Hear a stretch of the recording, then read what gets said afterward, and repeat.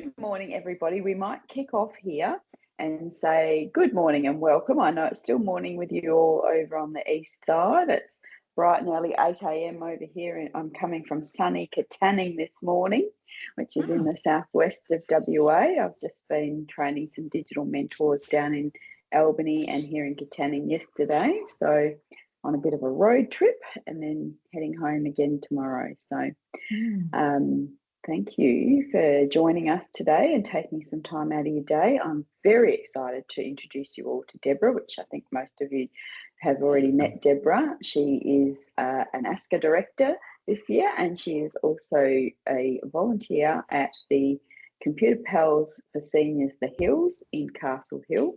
And I'm very excited to hear from her. Morning, Danny. Very excited to hear from her about family memoirs and using AI to make that a little bit less daunting for everyone.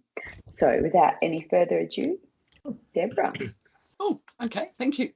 Now, let me start with a disclaimer. I'm not very good at Teams. I'm a Zoom girl, so Natika is here to help me out when I get stuck. So my topic's using AI to write a family memoir, and I'm going to switch between the slideshow and live demonstration, so that will be exciting.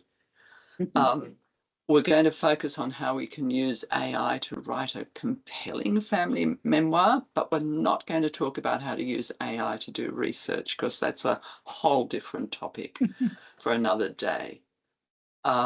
About me, I'm on the land of the Darug people in Western Sydney. As Natika says, I volunteer with Computer Pals for Seniors, The Hills, which is in Western Sydney.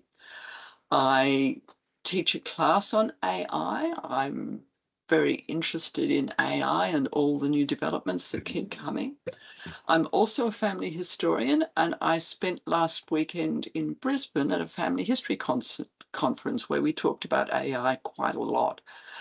And I'm about to start a diploma in family history through the Society of Australian Genealogists. So this talk is bringing together my interest in AI and my interest in writing family history. And what I've been doing is writing ancestor biographies and posting them on Wikitree. And the challenge I have is that if I just write a straight biography, it's not very exciting reading. It's a lot of dates and places and times, and I would really like to make the biographies I write and my diploma thesis a bit more exciting for the reader. So we're going to talk about planning, writing, editing, adding visuals. We are going to talk about the ethics of AI, and then I'll share some resources with you for finding out more about AI and how you can use it. And feel free to interrupt at any time and ask questions if I do anything and you're not sure what I did or how I did it. I'll just ask a quick question. Is this being recorded so that we can share it with other members of our club? Natika? Yes. Yeah. Yes, it is being recorded and transcribed, and it will be on our YouTube channel, probably not tomorrow, but hopefully by Monday. I just need time to edit it down a bit. So, yeah. Okay, thank you. Thank you. We're immortalized. Okay, so I'm starting with the assumption that we've already done our research, and it might be a memoir about your own life or a family member or a particular ancestor. And you've already organized all your information and resources, and you're now ready to start writing. And what I'm going to be doing in the demonstration is using the biography I've written of my great-great-grandmother and plugging that into various AI tools to show you. Because in order to get good results, you need to give AI something to work with rather than just ask it to go off and do research and then it makes all sorts of errors. So we can start with planning our writing, and I understand that when you're a creative writer, you can either be a planner or a pantser. Pantsers are people who just start writing and see where it leads them, and planners are people who like to have a bit of a structure before they start.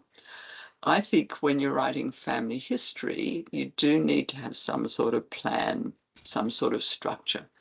So we're going to start by looking at how we can use AI to develop a plan. I'm going to use Notebook LM, which is one of Google's AI tools, and I'm going to say, generate an outline for a memoir of Charity Sophia Church based on the attached documents, and suggest 3 different structures, 3 different ways of approaching a memoir: a chronological story, picking some key themes, or just telling anecdotes. Now I need to escape out of here and go to Notebook LM. Now, Notebook LM, you can create projects and upload a whole bunch of documents, and I've already got a project for Charity with all her documents. And you'll see on the left, these are the documents I've got: census records, biography, death certificate transcriptions, family letters, all sorts of information about Charity. And I'm just going to copy and paste one I've prepared previously so that I don't fiddle around with typing. While we're waiting that 2 seconds, Deborah, is this a paid version of Notebook LM? No, this is free. Freebie. That's good. Yep. Lovely. Yeah, and while we're waiting for that to come by, I will just show you over here on the right, audio overview, deep dive conversation. This is where you can generate the podcast, which is not part of what we're doing today, but it's pretty cool. So here's my results: 3 different structural outlines for a memoir of Charity Sophia, drawing on the sources. So the first one's chronological, and it's suggested multiple parts. First part's early life and inheritance, and the chapters would be birth and early loss, raised by her grandparents, guardians and education, going to boarding school, living with a great aunt. Part 2 is marriage and emigration. I won't go through it in detail. Part 3 is life in Australia. So if you weren't sure where to start in writing a memoir, here you've got suggestions for parts and chapters and the content of each chapter. How cool is that? Now, if I decided instead to do a thematic memoir, it takes a different approach, still in parts, still with different chapters, but the first theme is about death and inheritance. Second part is education, marriage, motherhood, community, financial issues, being a woman of independent means, and her death. Yeah, so you could just as easily write a memoir structured that way. And the third one is anecdotal, focusing on specific stories and moments from her life. So we could have the deathbed promise, the inheritance, an anecdote about boarding school, and I do actually have some writings by Charity talking about when they all went to be confirmed and they were walking down the street in their white dresses and how pretty they were. So having those family letters would make it really useful when it comes to writing anecdotes. What do you think about that as a way of structuring a memoir? It's brilliant. Yeah. So cool. Very good, yes. Yeah. And then you would go in and ask it to pad out whichever version you wanted, or would you go in and sort of put some more prompts in around those particular sections? Yeah. Look, I like to do my own writing, so I would probably just copy and paste that into a Word document and then start filling in the stories. But there is certainly scope if you wanted to, and we'll see this in a moment, there's certainly scope to ask AI to write some stuff for you as well. Going back to my PowerPoint, so we've done that one from current slide. Okay, another way of doing this, and I'll use ChatGPT for this, is, again, giving it a biography and asking it to suggest possible themes and chapter titles. So kind of similar, but this time using a different tool. So I want ChatGPT for this one. I do have a paid version of ChatGPT. Control C, Control V. I've just pasted my thing, and I'm going to upload the biography. Always a challenge to see if I can find it. So I did put them all in a special place. Charity biography. Some AI are fussy about file formats, but I'm pretty sure that ChatGPT will accept Word or PDF. So let's just test that. We're uploading that boring biography I wrote about Sophie. And now we're going to see what ChatGPT comes up for. ChatGPT is really flattering. It will always tell you that you've done a wonderful job, wonderfully rich in detail. And here are some memoir themes and chapter titles. So memoir themes, pretty similar to what Google came up with: inheritance and independence, migration and displacement, female agency in the 19th century, faith, the influence of Christian education and moral upbringing, motherhood, marriage, decline and dignity. And here are some chapter titles, which looks pretty much chronological, but I don't have a problem with chronological, that's fine. So again, her mother's deathbed, her inheritance, becoming a ward in Chancery, boarding school, living with her aunties, marriage, emigration, and what happened in Australia. So that is ChatGPT's contribution to my planning of how I'm going to write my memoir. Let me go back. Deborah, can I just ask, number one, how did you get so much information about somebody who lived so long ago, and in what format is it actually written at the minute? So, you know, because I'm not sure what you've actually written at the moment that you're actually then uploading. Okay, sure. Yeah, let me show you the bio I write. I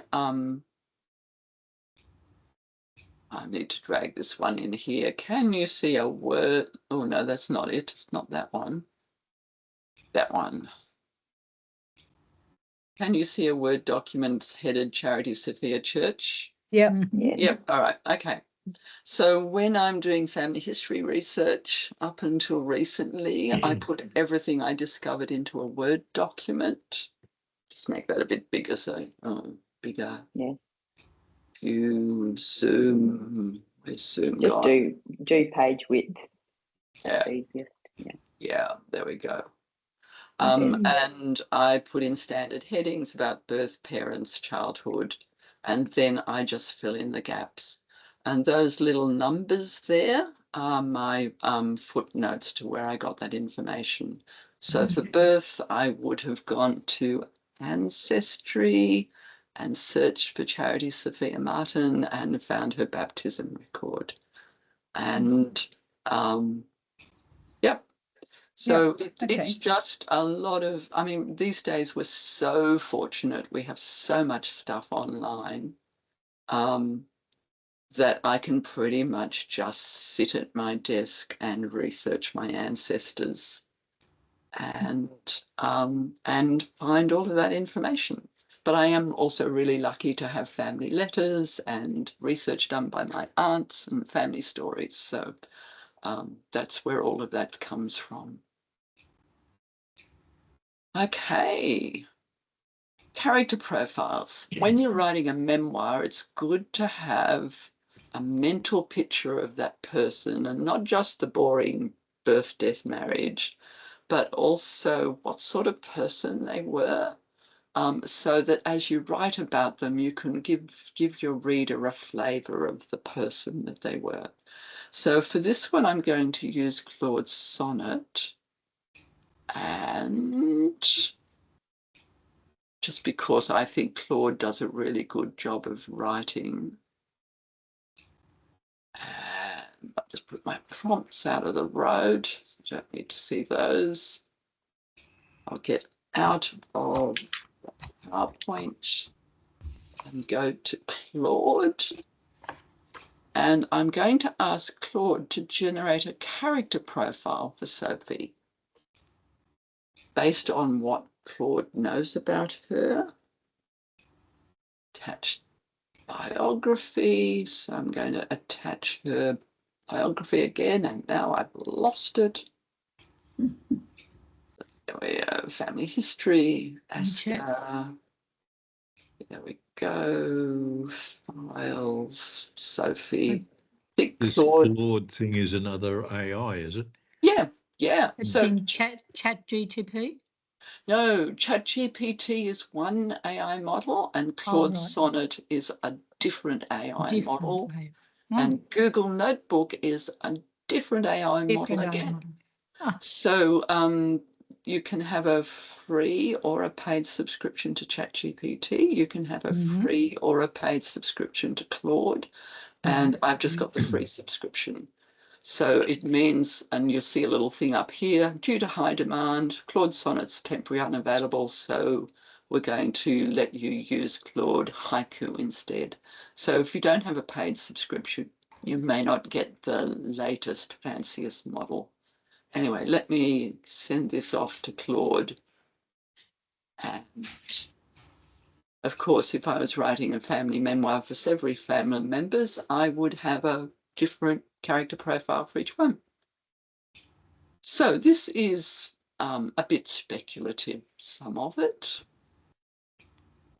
And I don't have to use this. So you should be able to see on the right, it's got personal characteristics. Well, that's just biographical data.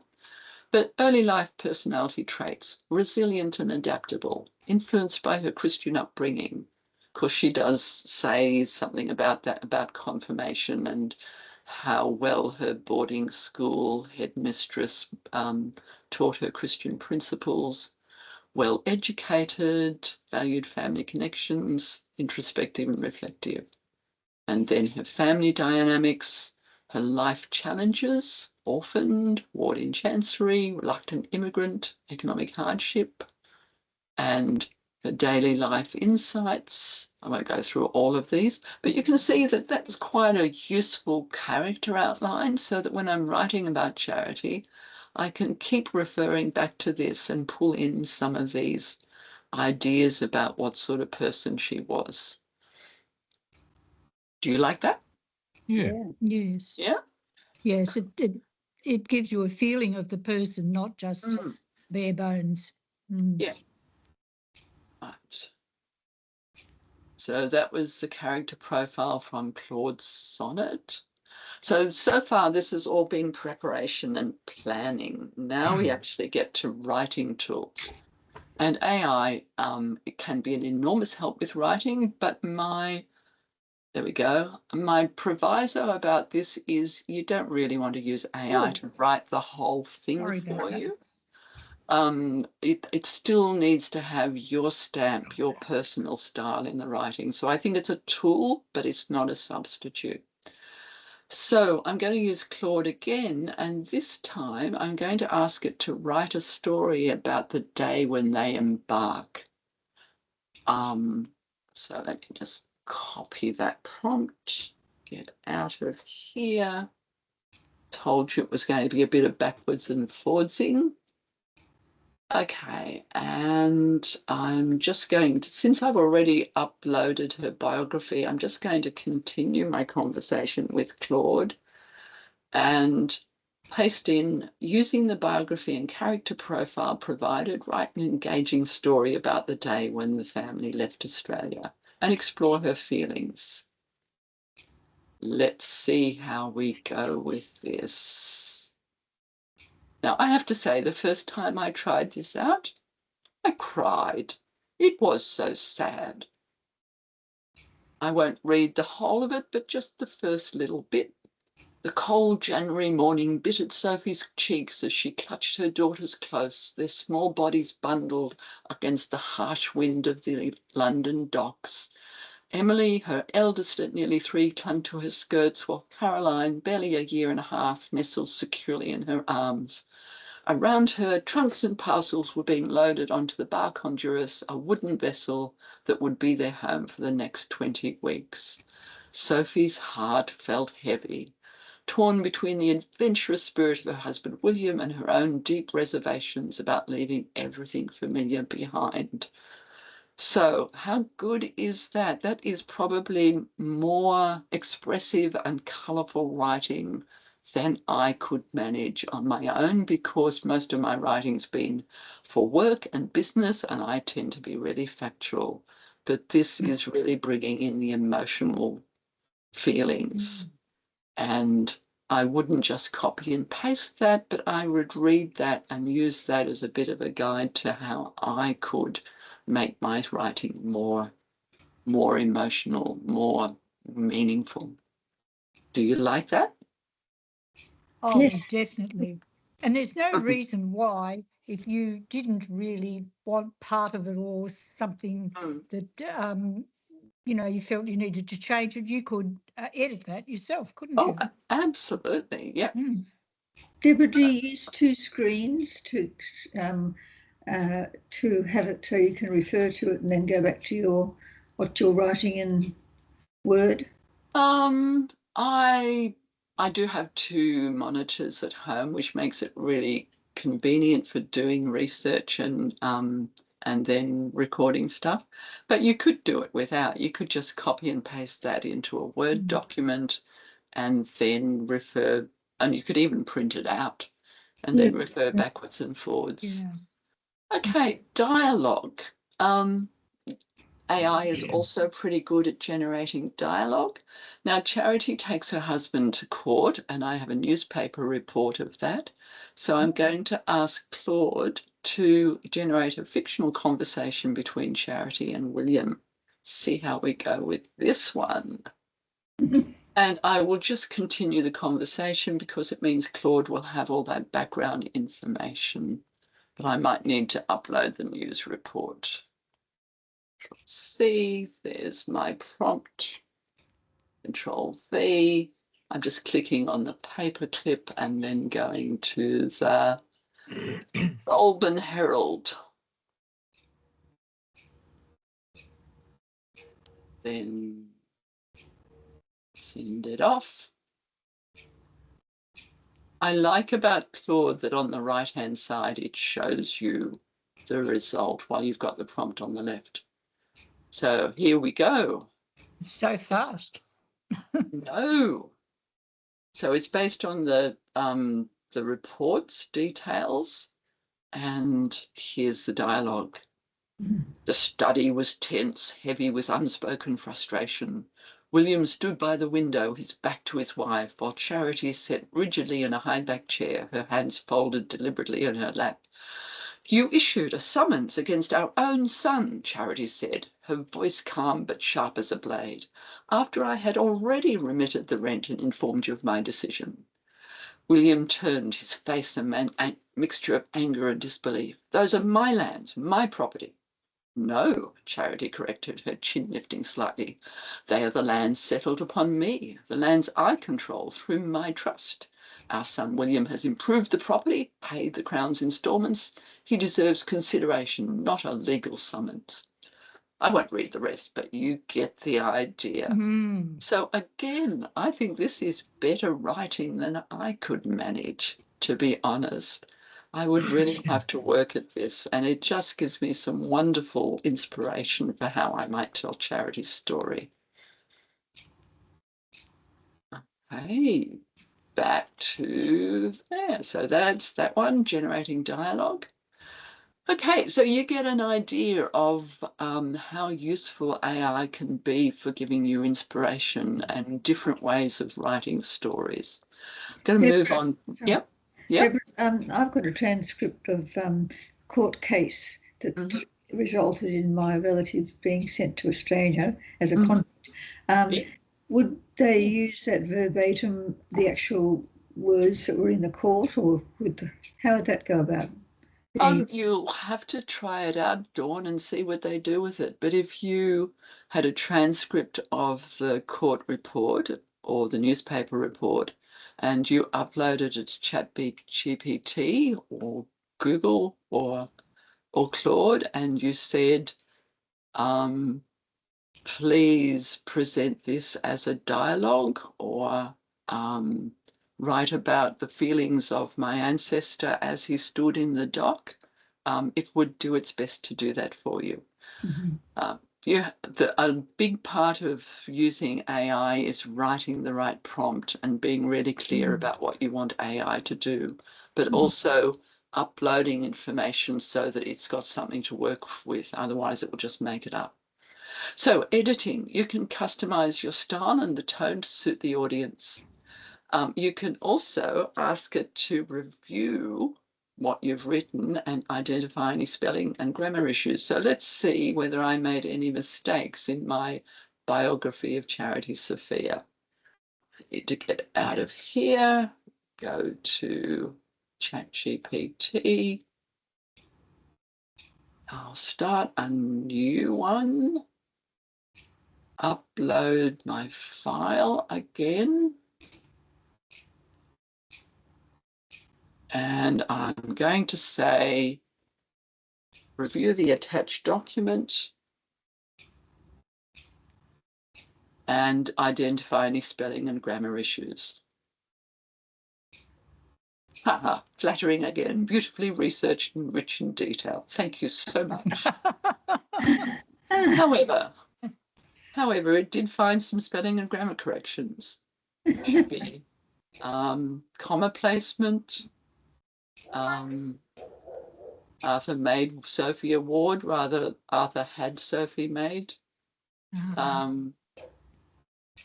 Nay, I should put a little accenting mark over the nay for the proper form. Smoother phrasing. Very great good is a bit awkward, so they suggest a rewording, but that was actually a quote from what she wrote, so I'm not going to change that. Of independent means. See separate biography. Spelling should be Artaman. Lessee should be lessee. Subjunctive mood preferred for hypothetical legal situations. Repetitive. And it points out that I switch between Sophie, which is what she's known as, and her proper name, at breaking up the section into shorter paragraphs and consistent quotations. So I thought I have been told. But that's okay. It's completely impersonal. It's not like somebody, if a friend told me that, I might get a bit miffed, but I can't be cross with ChatGPT. So, and here's another thing you can do. You can change the tone and style of a biography to make it suitable for a different audience. So let's do this. Back to ChatGPT. That's really good if you're doing your own. So if you wanted to write for the grandchildren. Yes. Now, it's already uploaded, so it should be able to do this without me telling it anything else. Let's see. Here's a simplified, child-friendly version of the biography to suit a primary school audience. The story of Sophie, a brave girl who came to Australia. Long ago in England, in the year 1824, a baby girl was born. Her name was Charity Sophia Church, but everyone called her Sophie. She lived in a place called Eltham near London. Sophie's father was named Ebenezer. He was a carpenter, which meant he built things out of wood. And there you go. I won't read the rest of it to you, but you can see. Quite good. Yeah, that is quite good, I think. And back to my PowerPoint. What's interesting is that you can give it that prompt, it'll produce a result. If you gave it the same prompt, it would rewrite the story and it would be slightly different. Yeah, so different every time. I now want to talk about visuals.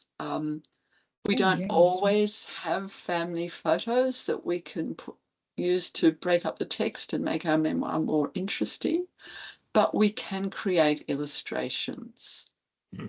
So I was going to demonstrate Midjourney, which is another AI that specializes in creating visuals. But I'm going to use ChatGPT because just this week they've released a new image generating AI, which is apparently really, really good. So constantly evolving. Yeah, constantly evolving. So let's have a go at this. And escape out of there, go back to ChatGPT, and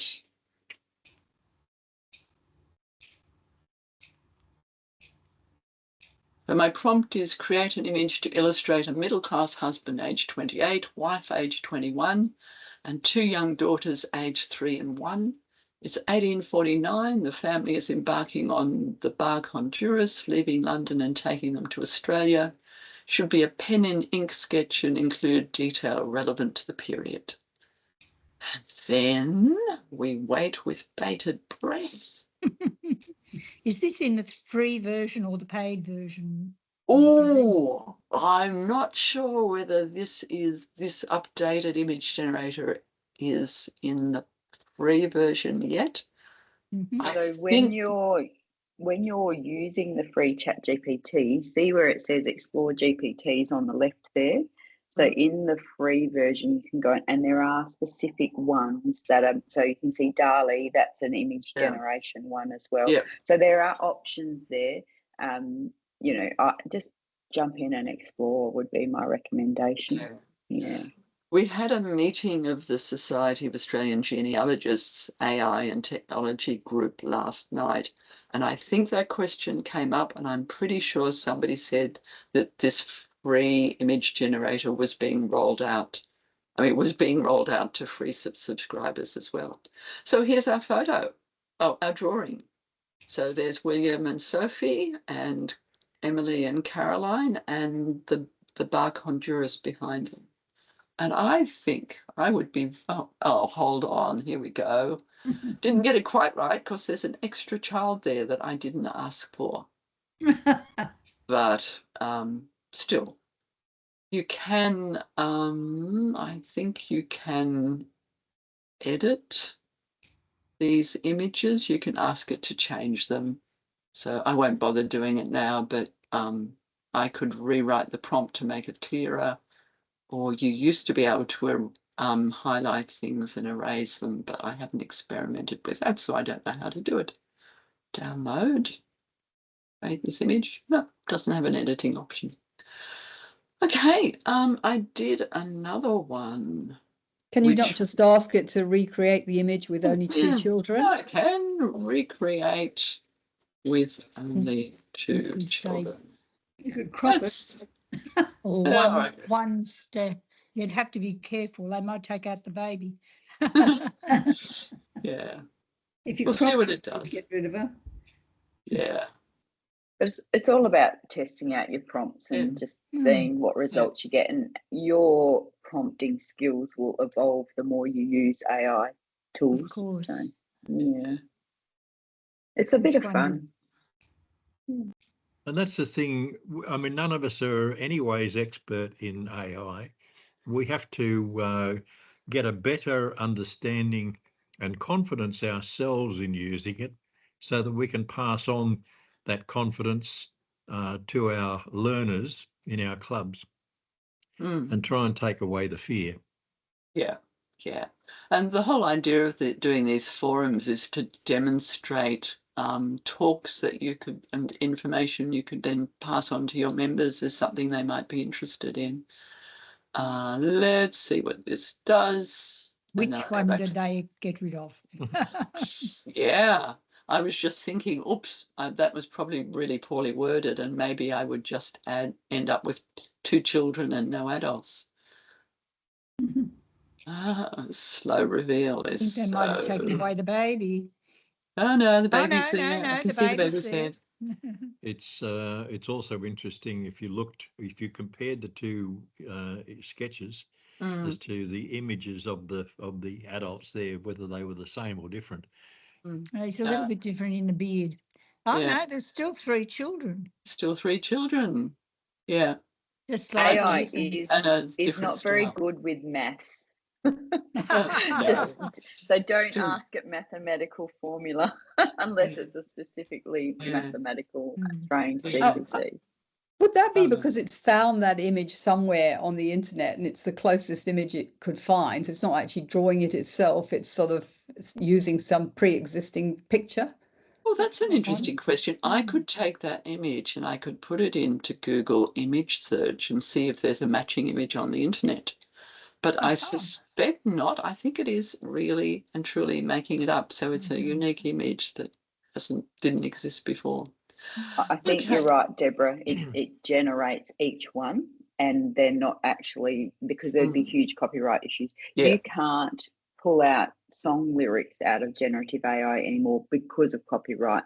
That has changed over the last, it's been in the open, out in the wild for the last almost 2 or 3 years now. And so, yeah, the legal side of things is catching up with the technology. But yes, it's all generated by the AI. It's like having a very smart artist or admin assistant or something in there, and you've just got to tell it the right things to get the response that you want out of it, and it does it's its own work.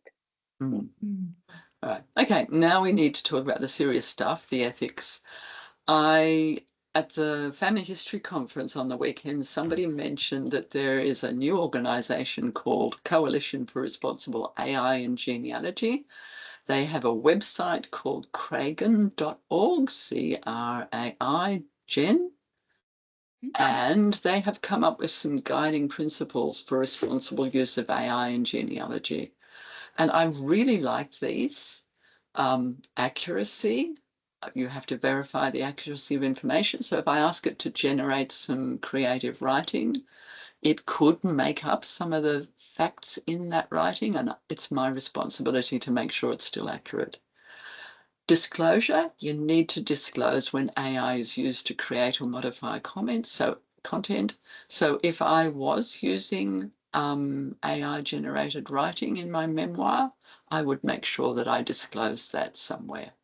And to what extent? Was it just for the editing, or did it actually generate the dialogue?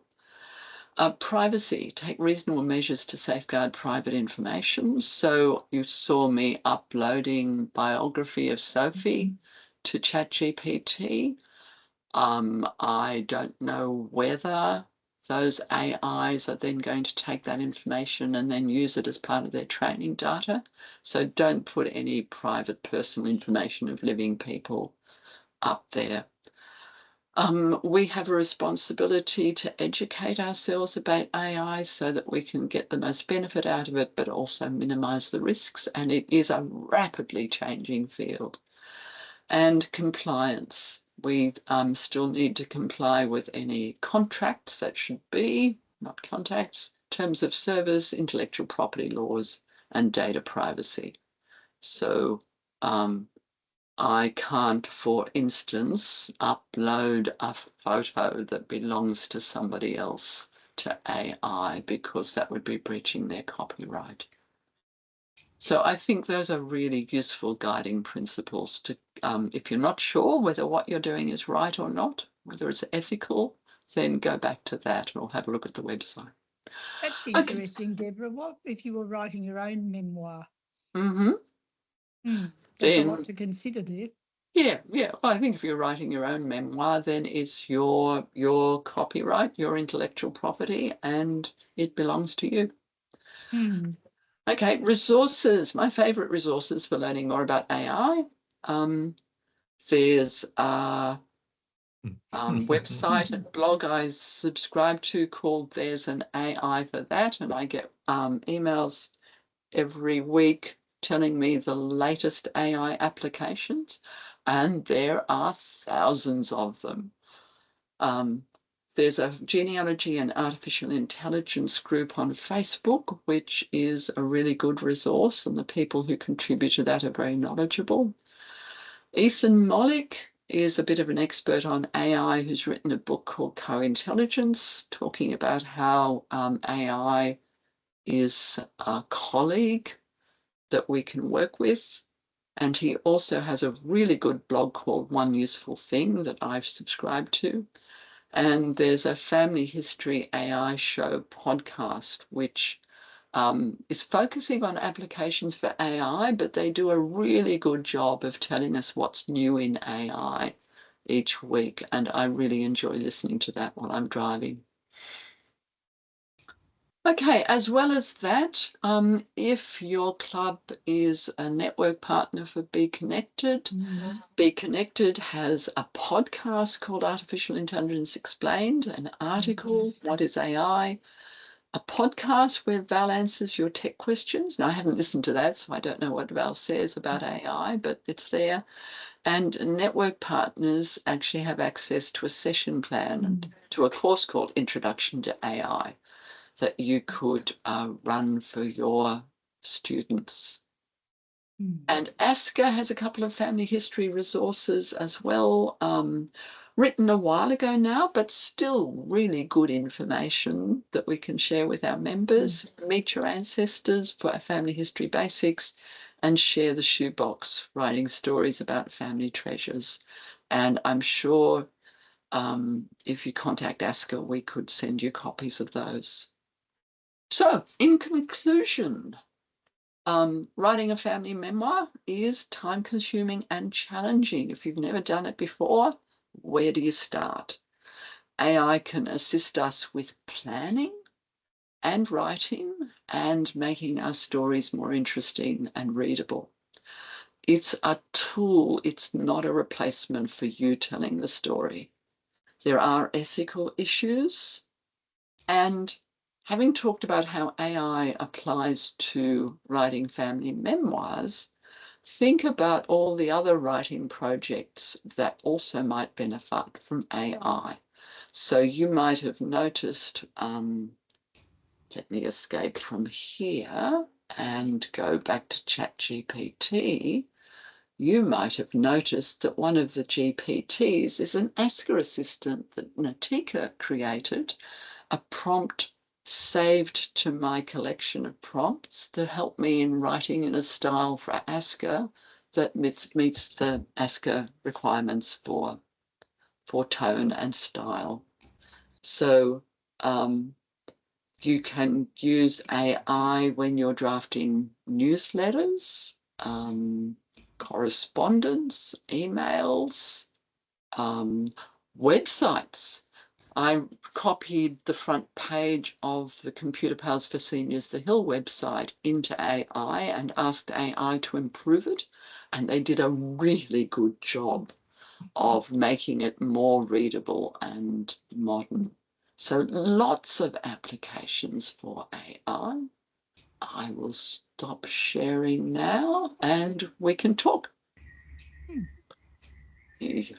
Where am I? Thank you, Deborah. That was amazing. That's great. It was such a great insight. I've got lots of notes there. I've written down. I love AI. It helps me in my small business, and it helps me help my clients and other organisations. And I think you've given a very good overview. So, if anyone else has got any questions for Deborah, make the most of her immense knowledge. While we're here.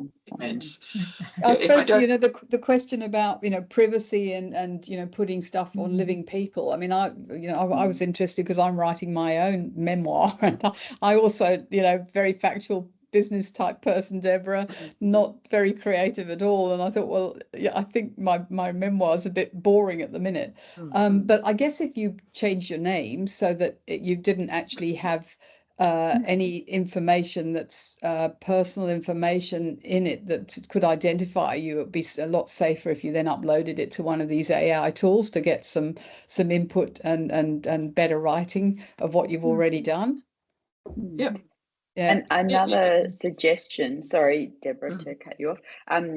I was at a conference for small businesses in Perth on the weekend, and talking about that ASCCA GPT that I've created. I've created a few for other small business clients, and one of the academics asked me, well, where, because you have to train your own GPT, so that's the ASCCA one, and I've fed the strategic plan, I've told it who our target audience is, I've given it context. We like to use simple, straightforward language, breaking down technical jargon so that it's relatable for people that are older Australians, etc., etc. So it knows all of that stuff about the clubs that we support, the people that we support, and the things that we support them with. And he asked me, where does all of that data sit when you've trained your own GPT? I just assumed it went into continuing to train these large language models. But so I went and had a look, and those sit inside my account on ChatGPT. They're not shared out. So I can share the link. So Deborah and I are using the same GPT to create content for ASCCA, and it understands what our strategic objectives are, and it understands the tone, etc. But all of that information, I can't see what Deborah asks of it, and she can't see what I ask of it, etc. But all of that stuff that I've taught it remains in my account, and I can delete it at any time. So that potentially, if you have a paid version of ChatGPT, you could train your GPT on your family history and put that in there. And it, never say never, but they say it doesn't go outside of your account, so it's not used to train a wider. Yeah. Oh, there you go. Are you sure about that? Because I thought that was the whole thing, that the more you kind of put into it and the more you add to it to sort of correct questions that have been raised, that all goes to the sort of global information, sharing. If you're using that 4.0, then yes, that's correct.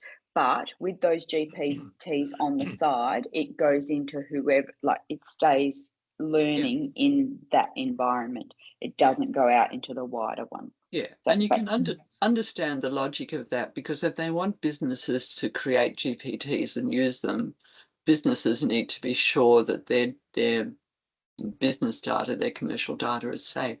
I'll just mention that in GPT, there's an option called temporary that you can toggle on and off.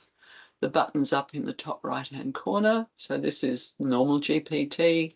If I turn on temporary, this chat won't appear in history, use or create memories, or be used to train our models, but we can keep a copy for up to 30 days.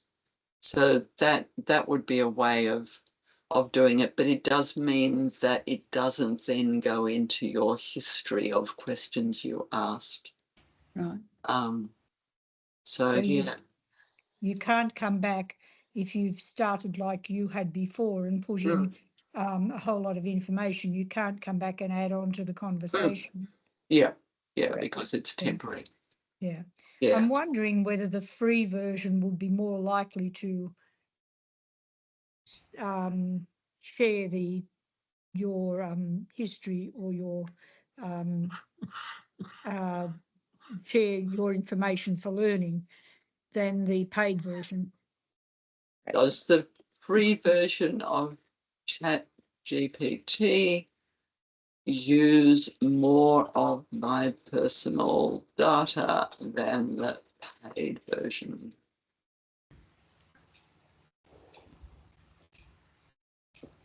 No. Not one that many people think to ask. See, being flattering again. Both versions are governed by their privacy policies. Your data is handled in similar ways unless you opt in or opt out. Both free and paid users' chats can be used to improve the model unless you turn off chat history. You can do this in settings. The paid version, Free version has fewer features and doesn't remember anything from one session to the next. So in some ways it uses less data. So there are some controls. And I should say that some of the other GPTs, where am I? it would be a good question to ask each one as you try it and just see what it says. Yeah. Start a new chat. How does Claude handle personal information I upload?